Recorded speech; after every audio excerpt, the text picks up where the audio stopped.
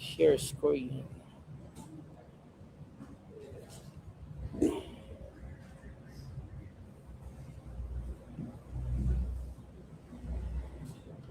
Ephesians chapter 3, 1 to 13 ang bibigyan natin ng pansin. Natatapos lang natin yung last Wednesday, yung chapter 2, nakagawa tayo ng dalawang lesson yan. So yung chapter 1, ito yung pinag-aralan natin ng chapter 1. So nakagawa tayo ng 6 lesson, balis 6 lesson, including yung background and introduction ng libro ng Epeso. Then, yung chapter 2, instead na dalawa yung nagawa natin lesson, gumawa lang tayo ng dalawa regarding from death to life. Then, from separation, nakipag-isa tayo kay Kristo. Then, from strangers, wala tayong dating pag-asa, walang pangako, walang covenant, walang batas. Ngayon ay kabilang na tayo sa pamilya ng Diyos. Sa chapter 3 naman, the mystery revealed. What is this mystery? Inilagay ko ito sa fourth question.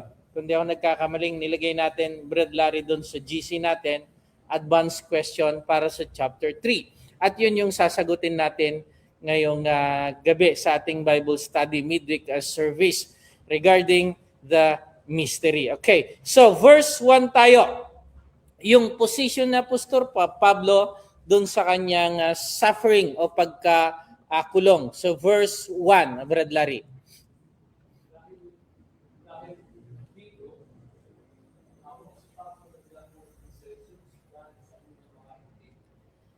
Okay, so yung verse 1, ito yung context ng kanyang statement. For this reason, anong reason yon sa previous verses?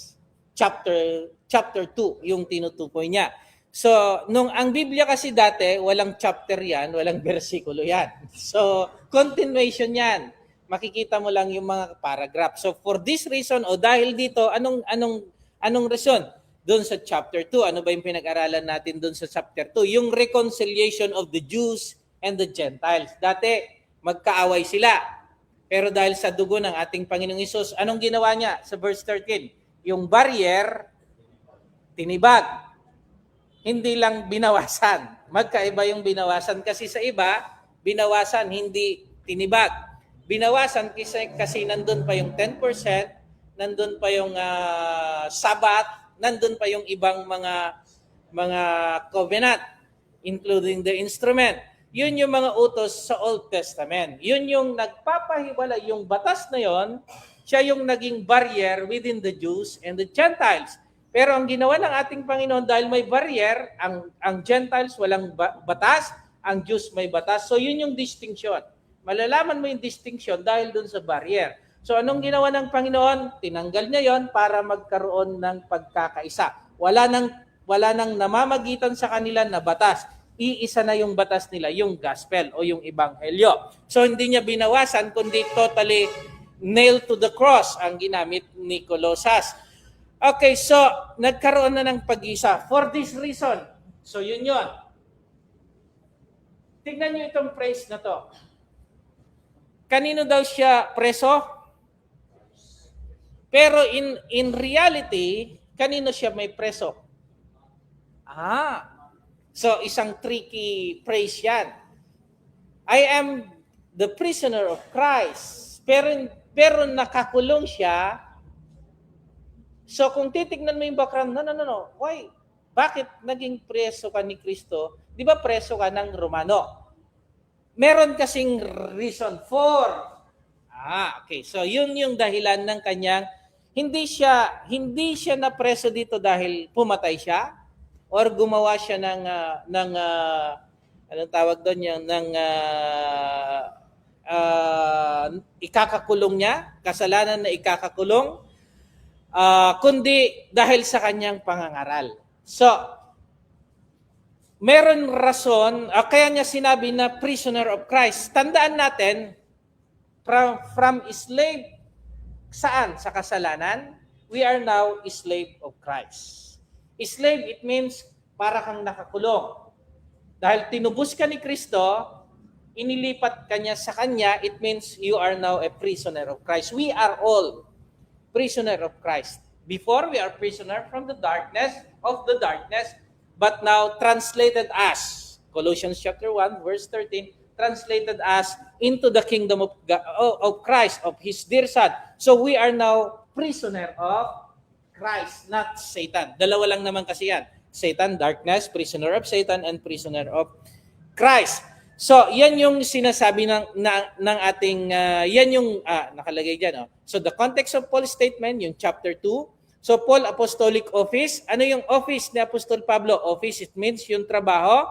Yung for you. Again, yung you, pinag-aralan natin yung you, it means to the Gentiles. Second person kasi yan, not included the writer o yung nagsasalita. You. So, sa mga hentil. Then, Romans 11 verse 13, si Pablo ay apostol sa mga hentil. Kaya nga nilagay doon, prisoner of Christ for you, Gentiles. Pinili siya para sa mga hentil. Galatians 2 verse 9, recognize mission to the Gentiles.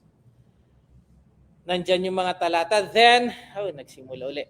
So the prisoner of Christ, yan yung sinabi natin kanina,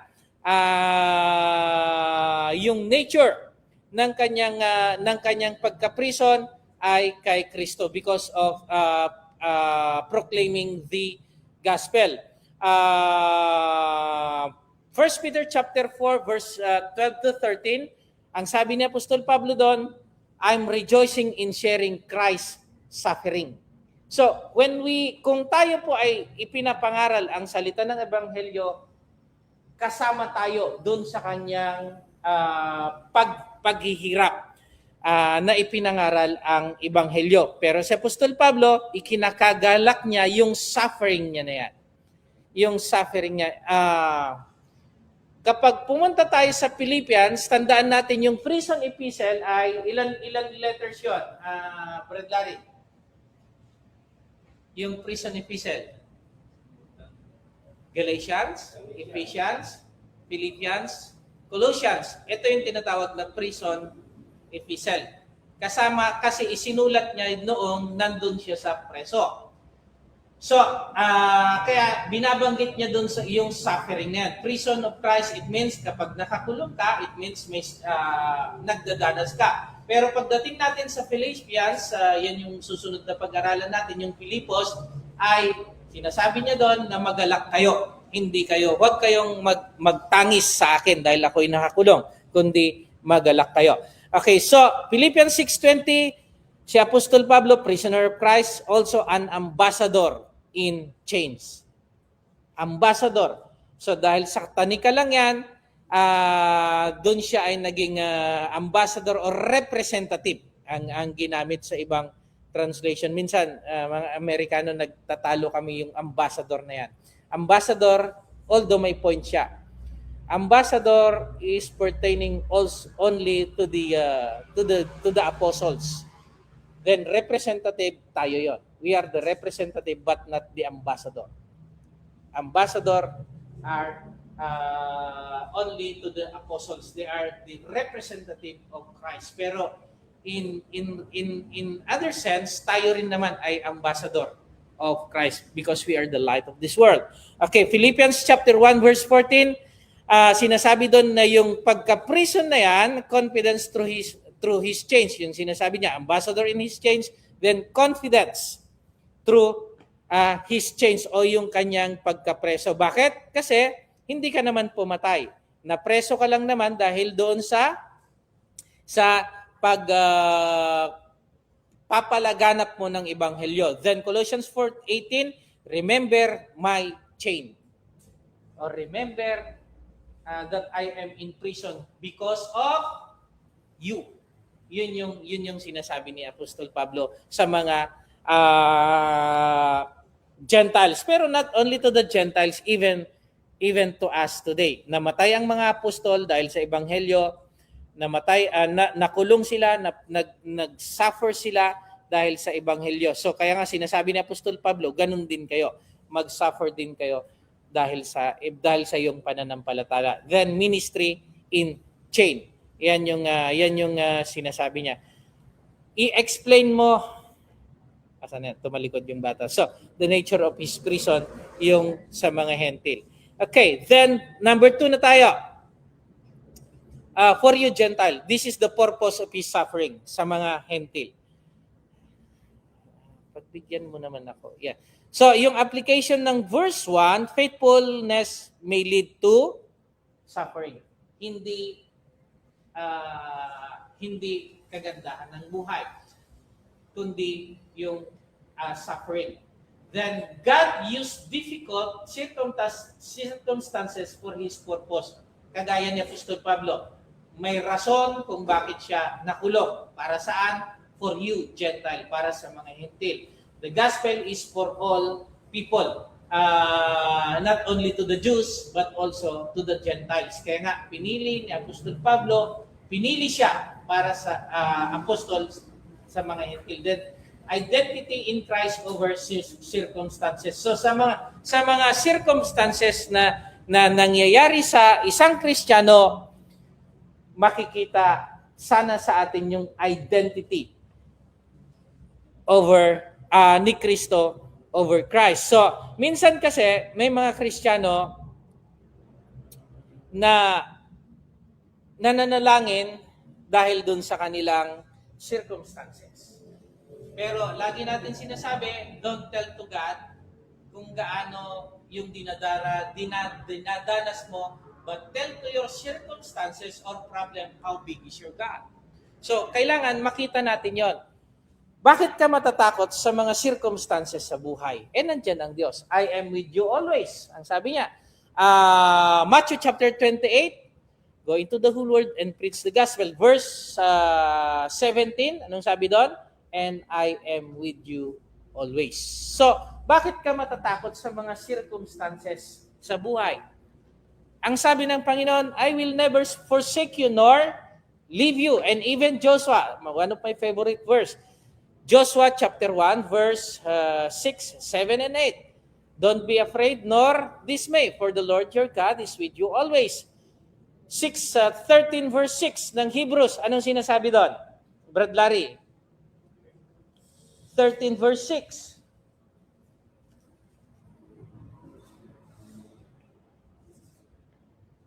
The Lord is my helper. I will not fear.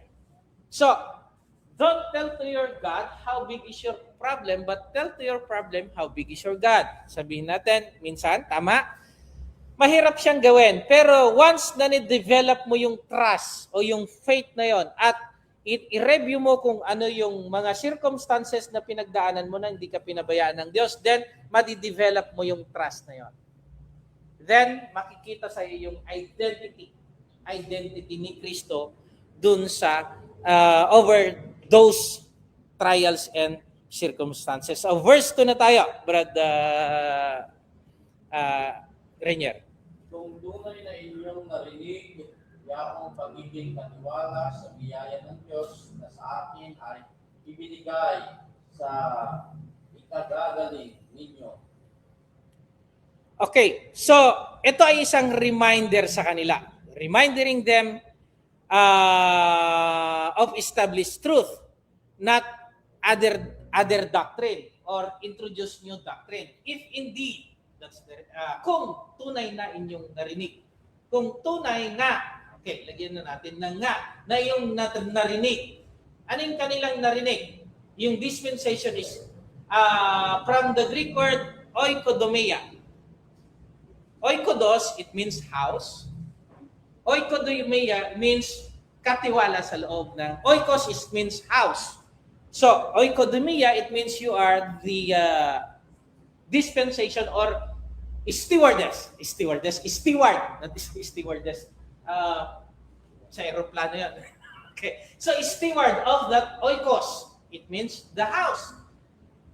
Tunay nga, kung tunay nga, naaalala nyo pa, na ipinagkatiwala sa iyo. Ano yung pinagkatiwala? If indeed you remember, the dispensation of the... ano yung pinagkatiwala?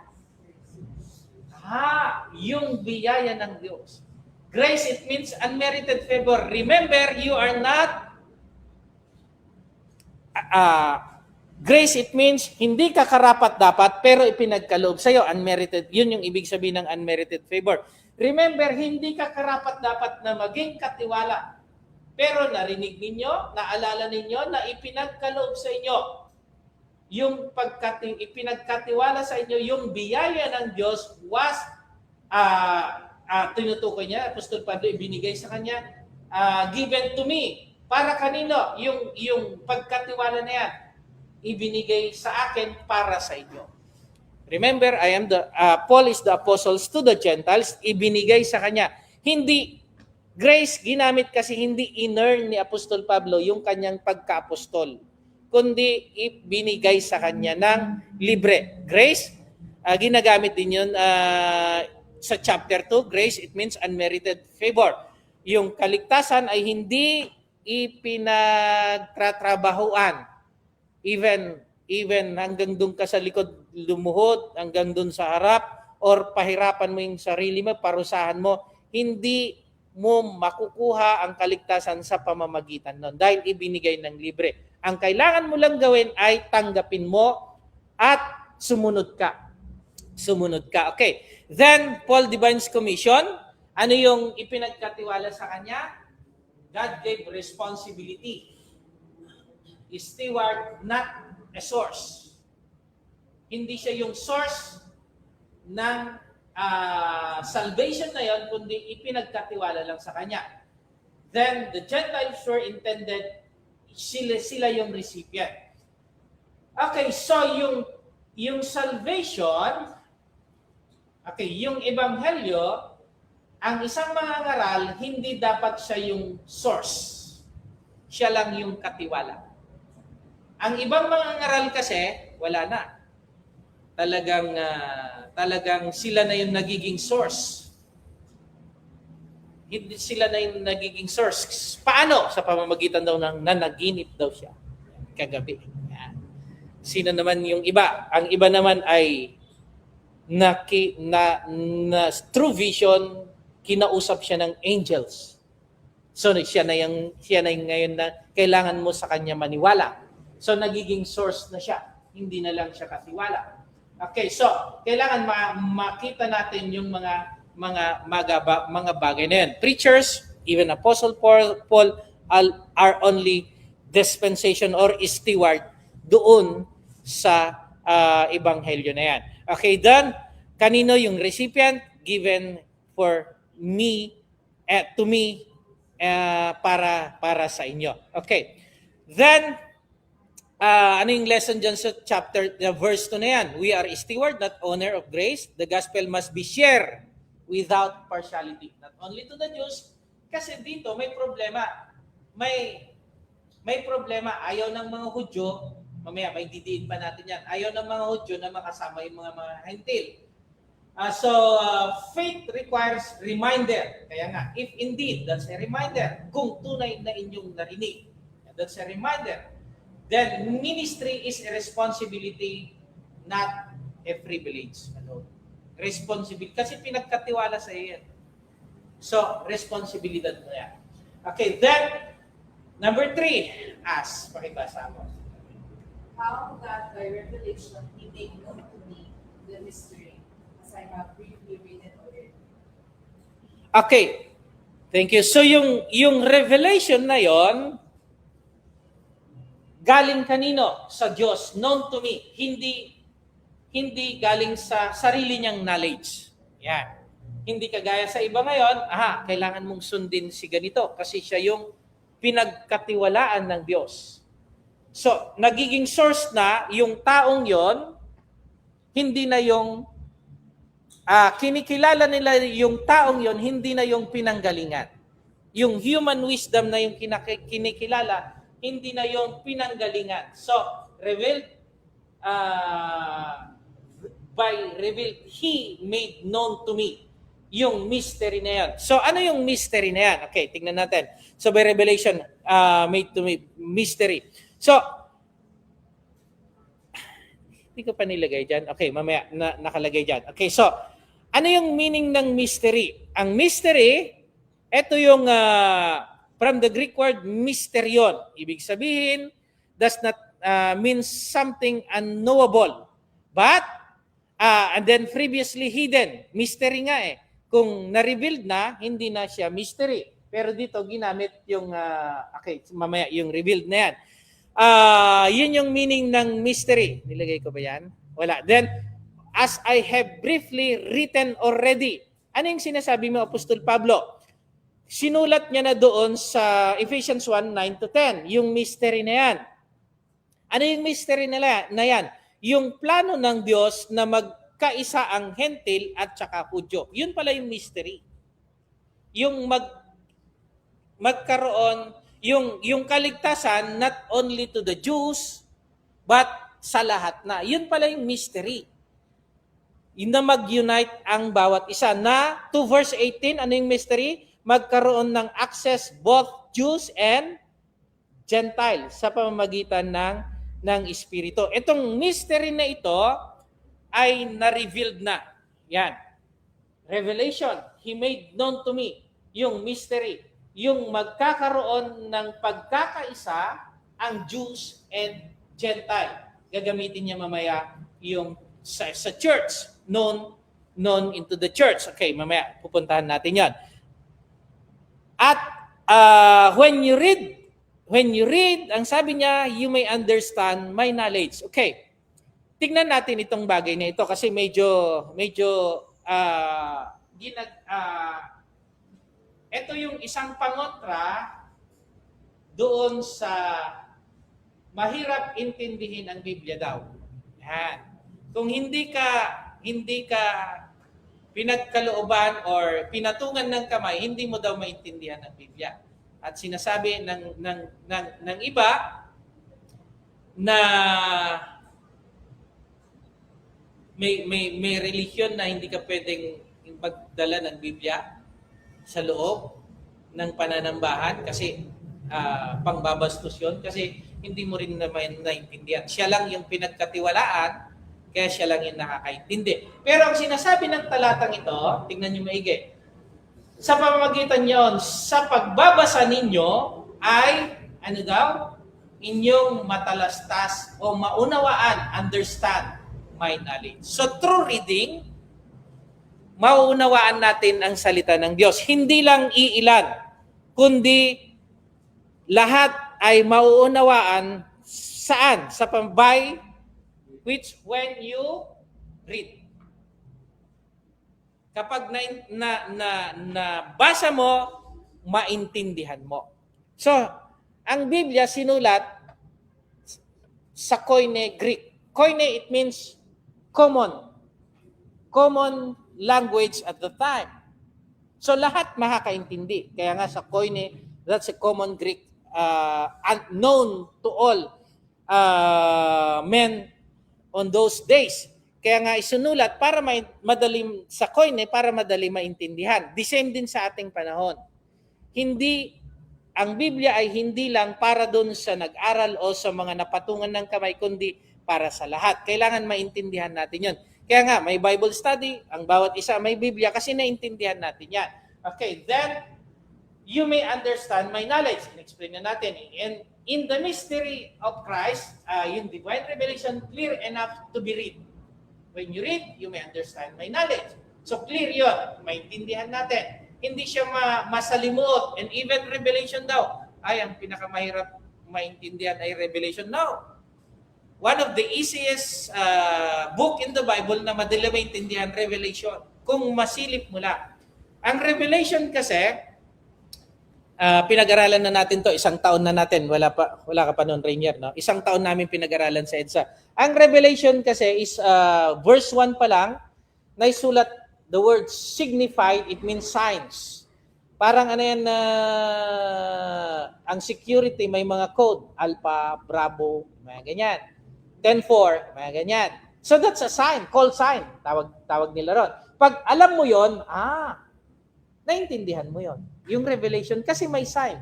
Saan nauunawaan yung mga sign kagaya ng chain, dragon? Saan mababasa yon? Sa Old Testament. Nababasa mo doon kung anong ibig sabihin niya. So, kagaya ng nung tinuro kong revelation, ang revelation parang LTO lang yan. Yung LTO nakikicommunicate sa mga driver through signs. Pag nakita mo yung dilaw na walang putol, it means bawal kang kumanan, bawal kang kumaliwa. Pag nakita mo yung may putol-putol, it means pwede kang mag-overtake. So, paano mo nalaman yon? Pinag-aralan mo regarding dun sa sign sa LTO. The same din sa Revelation. Yung Revelation, nagbigay siya ng mga sign na yan. Alam ng mga Hudyo nung ibig sabihin nun. Kasi, yun yung mga ginawa, sinabi dun sa Old Testament. Okay, the same din dito. Clear enough to be read and understand. Pag binasa mo lang yung buong Biblia, even yung 666 na yan, sa ating panahon, kung anong pinagsasabi. Nandun na nga sa Old Testament kung sino yung 666 na yun.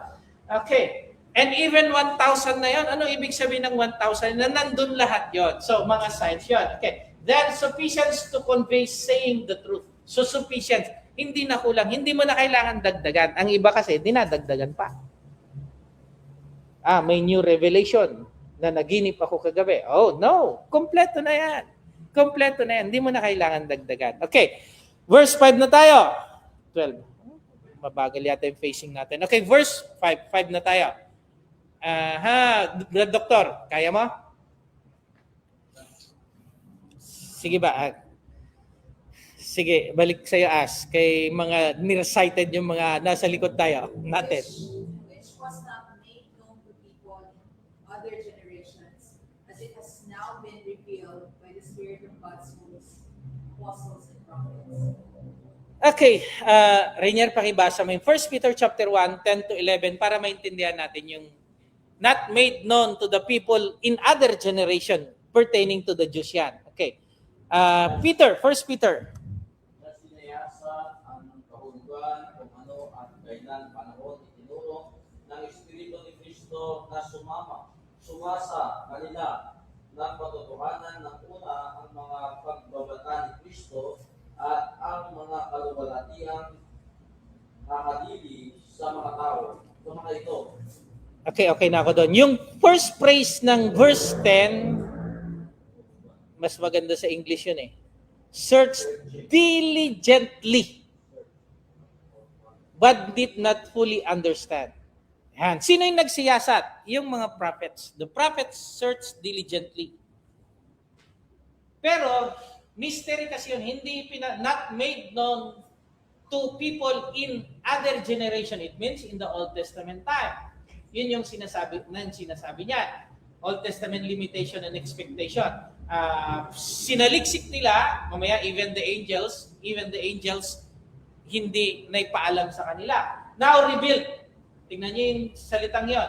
Now, in the Old Testament, the prophets searched diligently. Talagang anong sinasabi ano yung mystery na yun?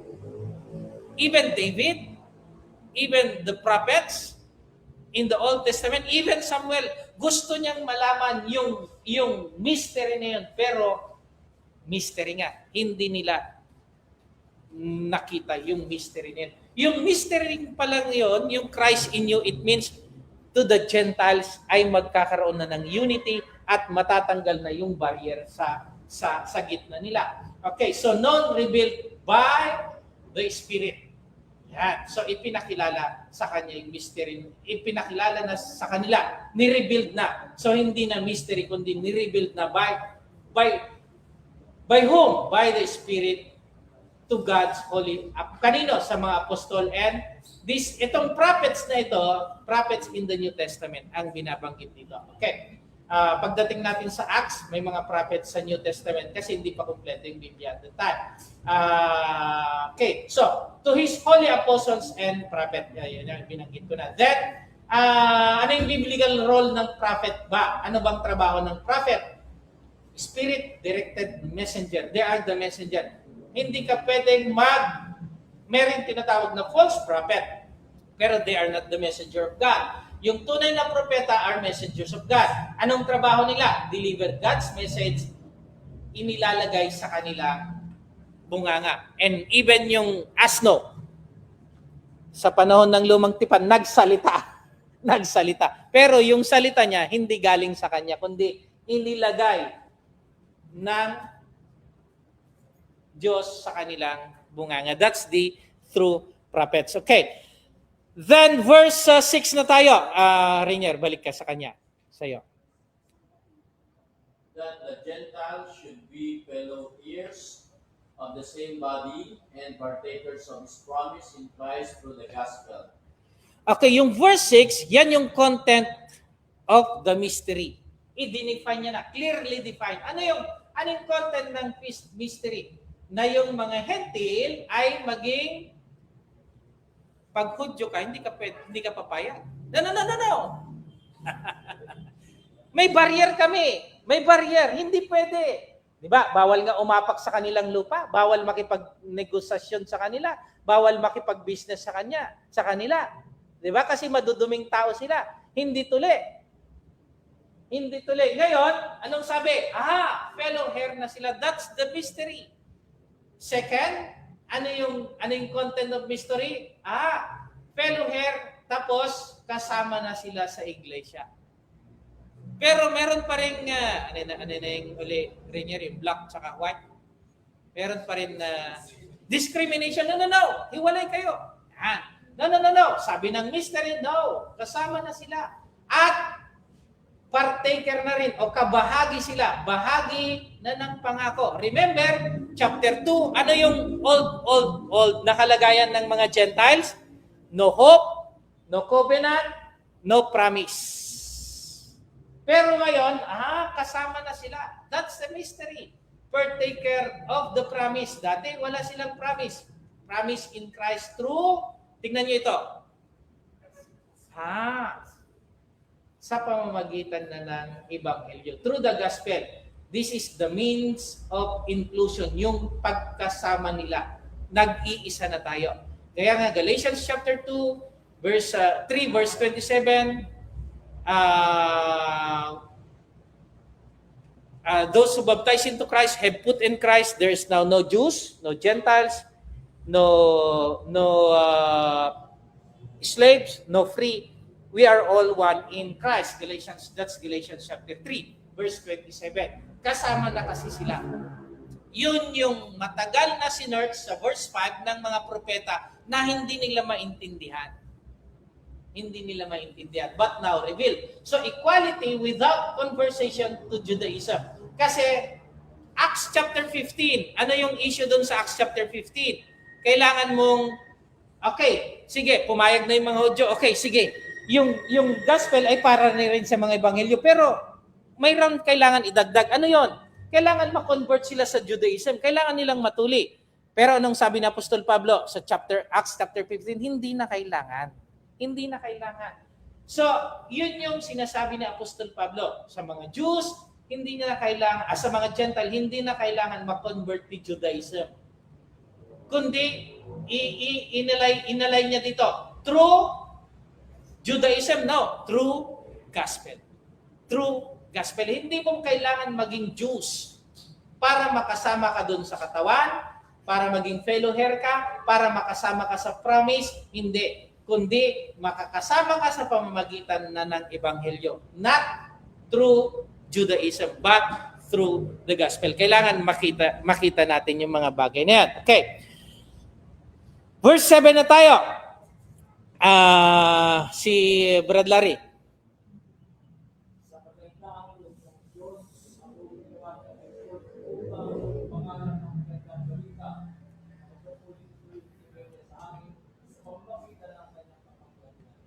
Okay, so ano yung nature ng rule ni Apostol Pablo?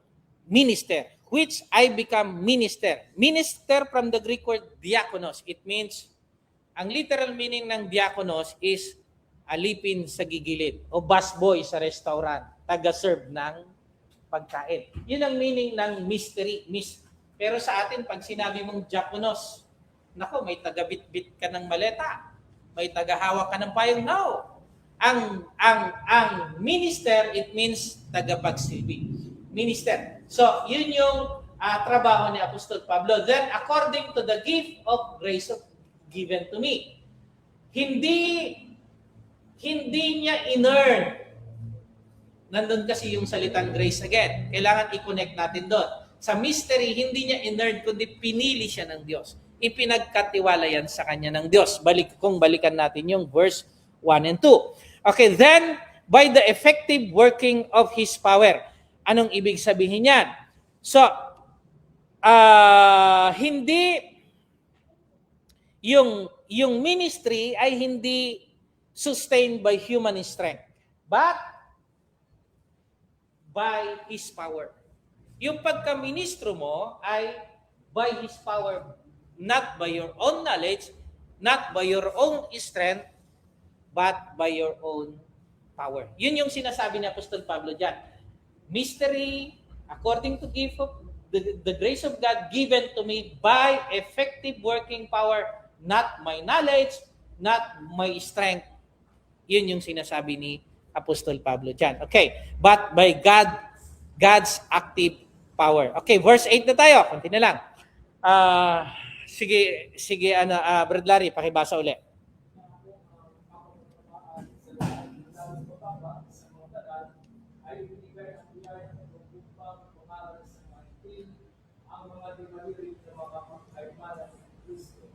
How? Pinakamababa o kabababaan sa lahat ng lalong mababa. Kasi dati naman pinipersecute niya yung church. Kaya makita mo dito yung pagka-humble, humility, false humility, yung pagpapakumbaba niya. Dati pinipersecute ko kayo, pero ako yung pinakamababa sa lahat ng mga saint, ang ginamit dyan, to all the saints.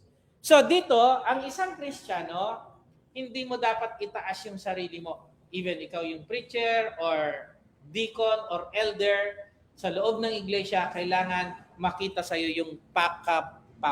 Humility, okay, mas madali ibigkas. Okay.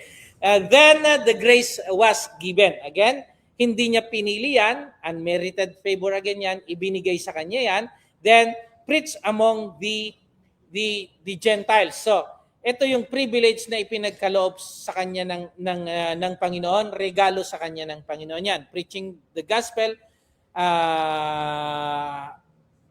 for him. Okay, then to preach among the Gentiles, yan yung kanyang mission.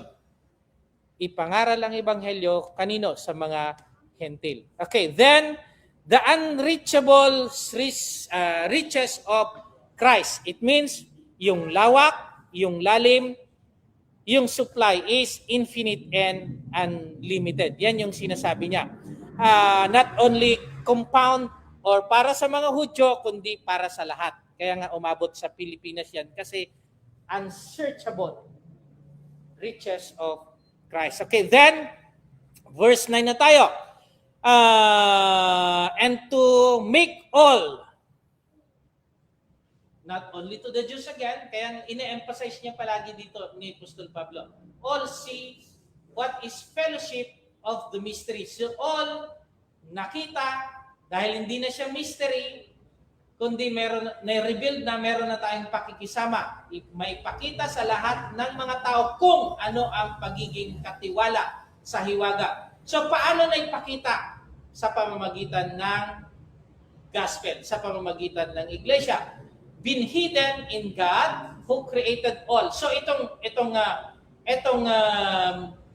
mystery nito, which from the beginning of the ages has been hidden in God who created all things. So ito talagang nakaplano pa. Nakaplano noon pa yung pagliligtas sa mga Hentil, hindi lang sa mga Hudyo, but all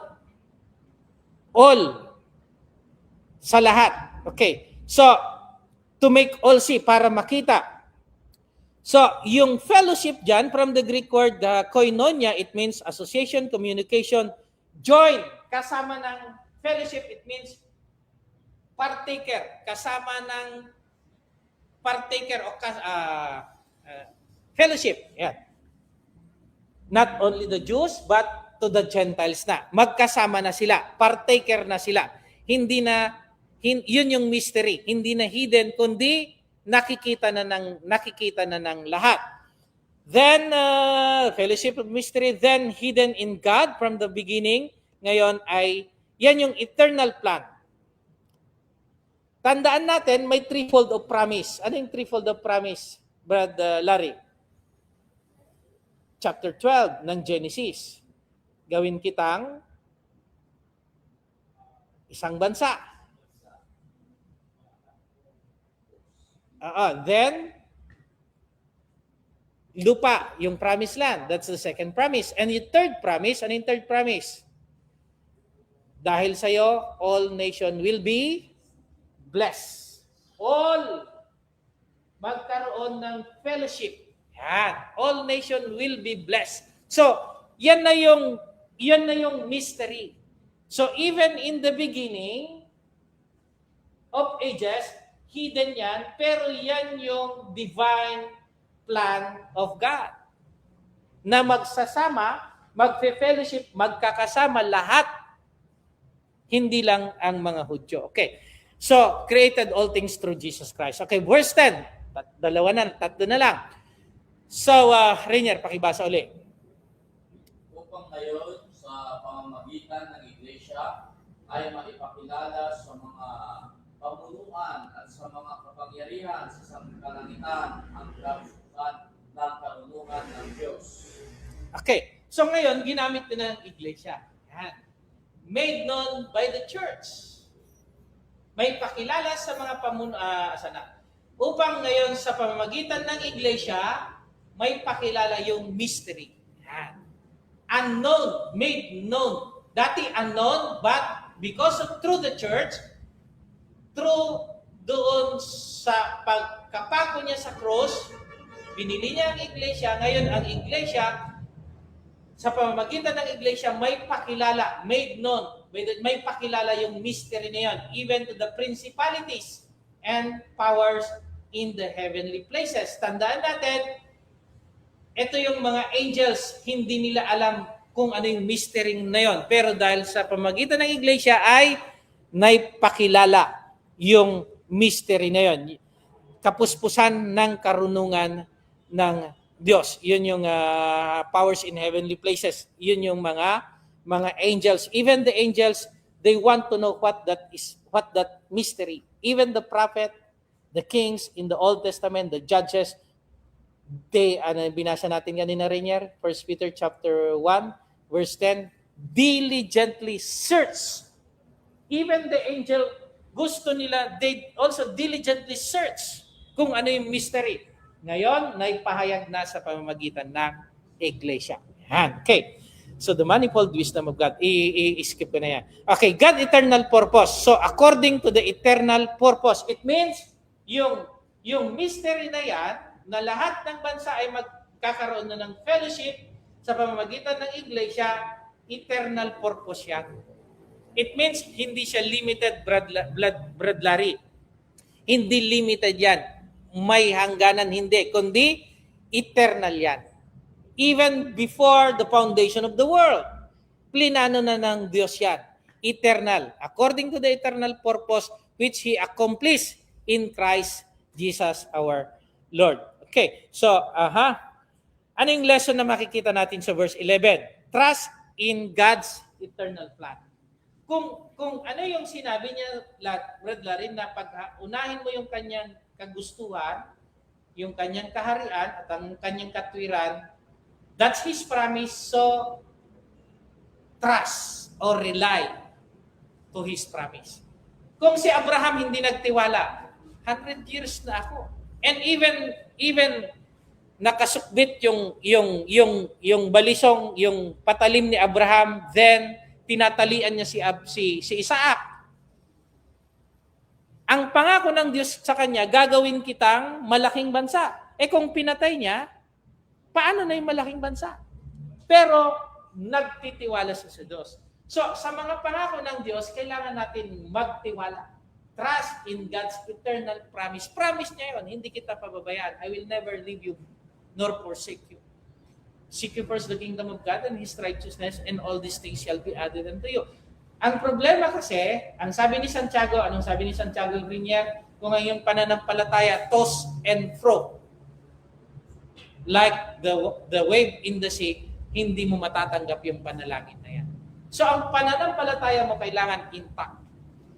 Hebrews chapter 11 verse 6, without faith, it is impossible to please God. So even may pananampalataya ka, pero may doubt ka, hindi mo ma-please ang Panginoon. Value the church as God thus. Then, keep Christ at the center. Reject the idea of accidental faith. So, kailangan walang doubt. Then, last, dalawa pa yata, access to God. So, in whom we have boldness. Okay, I like the word boldness. And access with confidence through faith. Boldness, it means yung freedom to speech. Then, yung confidence without fear. Yung boldness. Meron kang lakas. Ano bang ayan? Lakas ng loob. Bakit? Dahil meron kang confidence. Meron ka ng lakas ng loob at pagpasok sa pag-asa. So, yung kaligtasan mo, huwag kang magdududa. Ay, humingi ka na ng tawad. Si As, nabaptize na. Natanggal kaya lahat kasalanan ko. So, you must have that boldness and confidence. Ibinigay mo na sa Diyos, pinagkatiwala mo na. Huwag ka nang mag-doubt. Sinabi niya na nga eh. Baptized for the remission of your sin.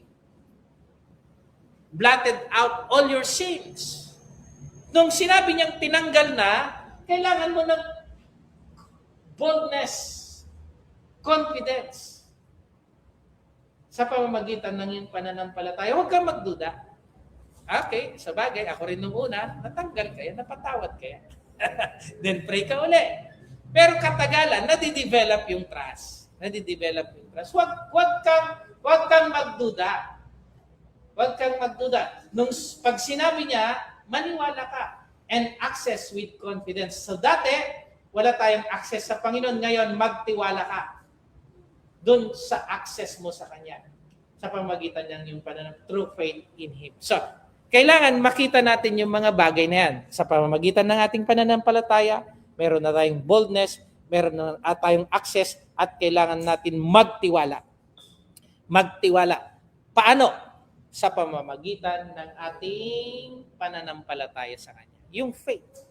Faith means trust.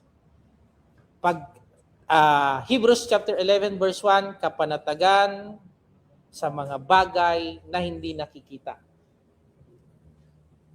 Parang di ko na-feel. Kaya nga faith yan, hindi mo makikita talaga yan. Kasi pag nakita mo na, hindi na faith yun. So kailangan mo magtiwala. Kaya kayang gawin ng Panginoon. Magtiwala ka, that's faith. Kaya niyang gawin yun. Okay. So, lesson for that verse, approach God with confidence. So when we pray, kailangan buo yung confidence mo, hindi ka nagdadoubt. Kaya nga, mas gusto ko minsan yung pananampalataya ng Pentecost Rainier, sinasabi, i-claim mo na yan.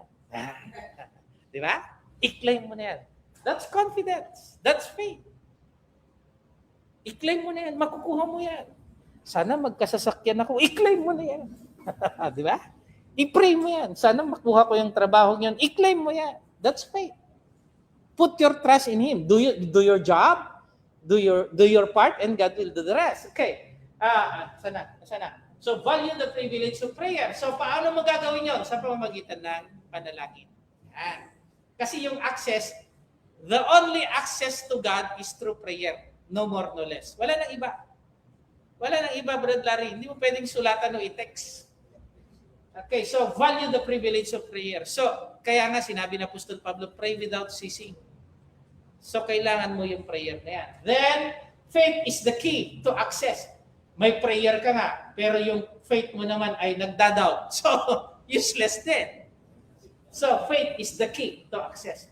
Live as spiritual priesthood. Tandaan natin, sa Old Testament, kaya ginamit na Apostol Pablo yung access, tanging ang high priest, ang priest, ang makakapasok lang sa tent. Tama?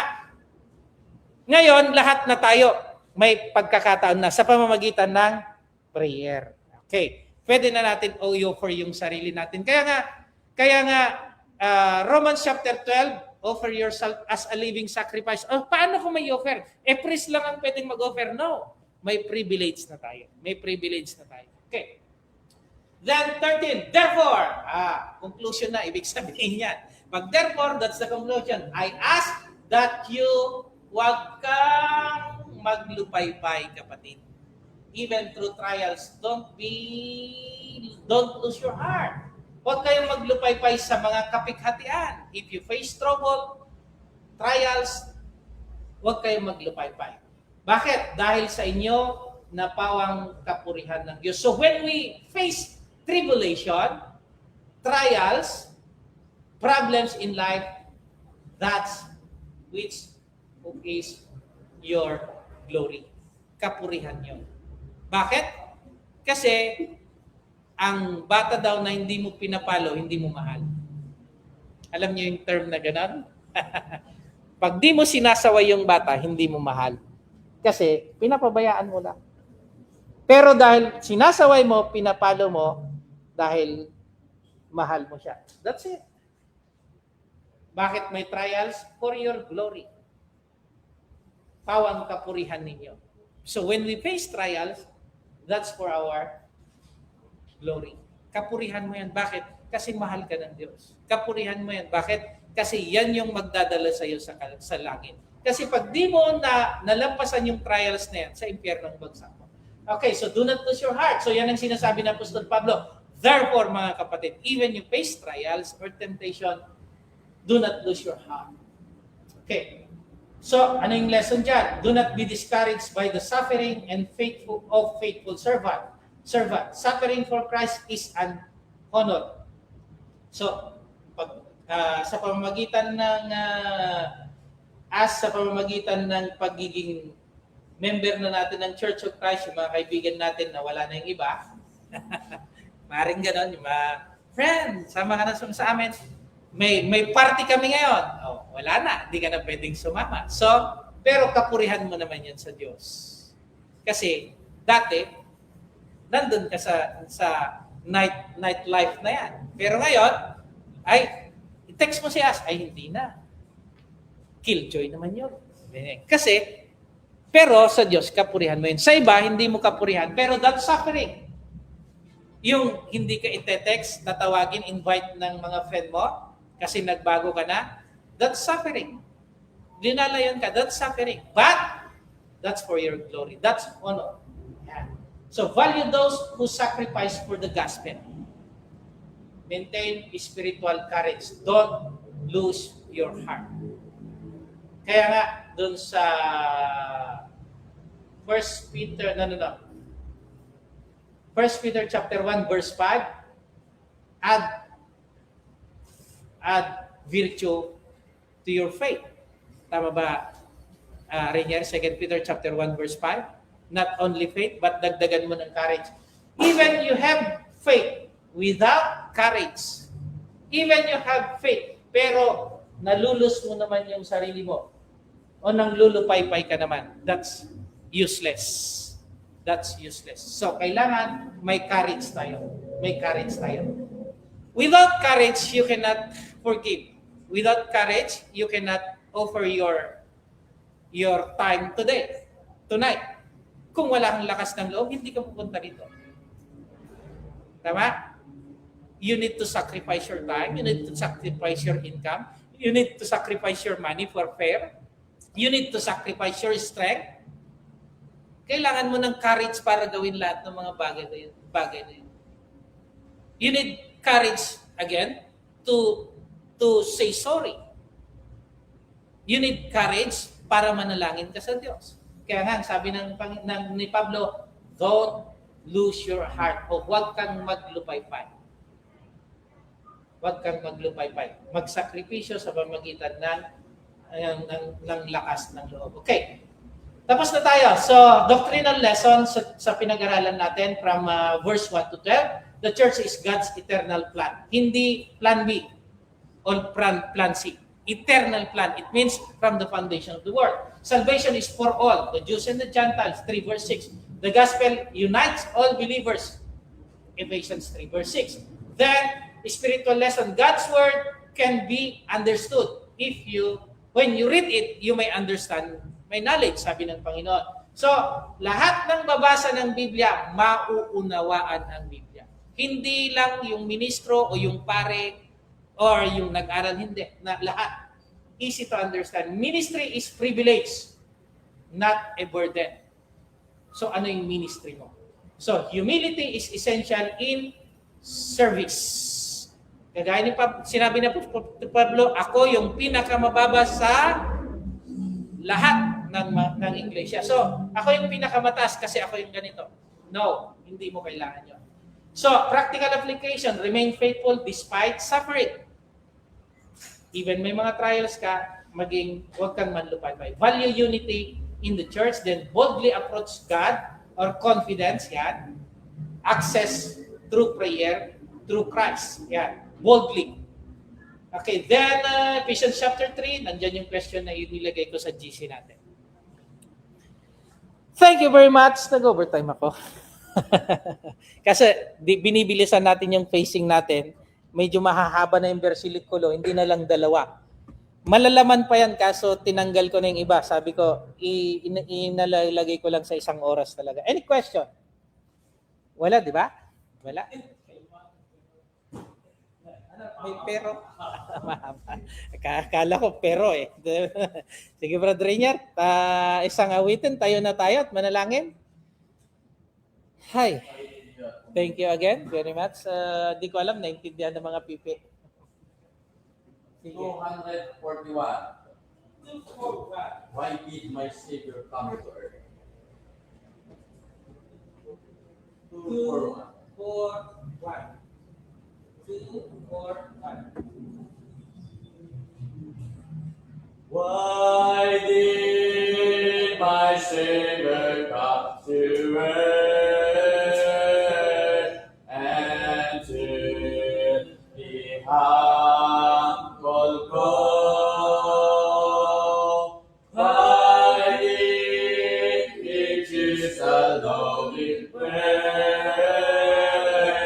Because he loved me so. He loved me so. He loved me so. He gave his precious life for me, because he loved me so. Why did he drink the bitter cup of sorrow, pain, and woe? Why on the cross he lifted up? Because he loved me so. He loved me so. He loved me so. He gave his precious life for me, because he loved me so. Till Jesus come, I sing his praise, and then to glory go, and reign with him through endless days, because he loved me so. He loved me so. He gave me so. He gave his precious life for me, because he loved me so. Tayo manalangin mga kapatid, sa bilang Diyos, Ama namin, na makapangyarihan sa lahat na nagbigay ng aming buhay at nag-ingat sa amin sa aming gawain ngayong gabi ito, ay nagpapasalamat kami dahil inyo po kami binabayan, binigyan ng karunungan, binigyan ng kaalaman patungkol sa inyong mga banal na salita. Nagpapasalamat kami, Ama, sa iyong ginamit na instrumento na mga ngaral na siyang nagbahagi sa amin ng mga salitang buhay na ito. At ang mga salitang ito ay naway tumimo sa mga puso't isipan namin na siyang magamit namin sa aming pang-araw-araw na aming pamumuhay at magbigay din sa amin ng karunungan at maibahagi namin sa mga tao na nasa paligid namin. At ito po ay naway mamunga sa buhay ng bawat isa sa amin. Nagpapasalamat kami dahil kami po ay tapos na ama sa mga Bible study po namin. At kalakip ng mga panalangin namin, Ama, sa mga kapatid po namin na wala sa amin. Kung ano man ang kanilang dahilan, kayo pong nakakalam, at kung sila may nasa manig ng karamdaman at nakaharap sa mga sari-saring pagsubok sa buhay na ito, tulungan niyo po sila at naway basbasan ang mga gamot na kanilang mga iniinom. At kalapit sa panalangin namin, ang nanay po ng aming kapatid, si Sister Mirna, na nasa ospital, hindi po siyang tulungan at palakasin.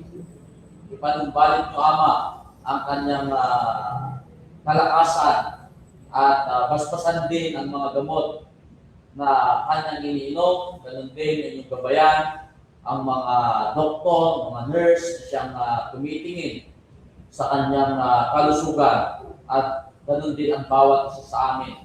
Hinihiling din namin, Ama, sa aming pangsamantalang paghiwalay ngayong gabi. Ito po kami gabayan, ingatan, idayo sa anong disgrasya hanggang makarating po kami sa mga tahanan ng bawat isa sa amin. At patawarin po kami, Ama, sa mga nagagawa po namin pagkakasala. Ito po ang mga dalangin namin sa pangalan ng aming Panginoong Kristo na siya aming kapagligtas. Amen.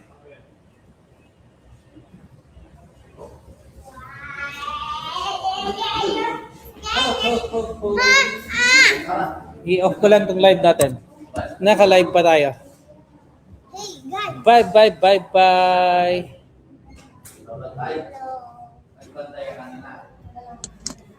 Hello, hello, hello, hello, hello, hello, hello.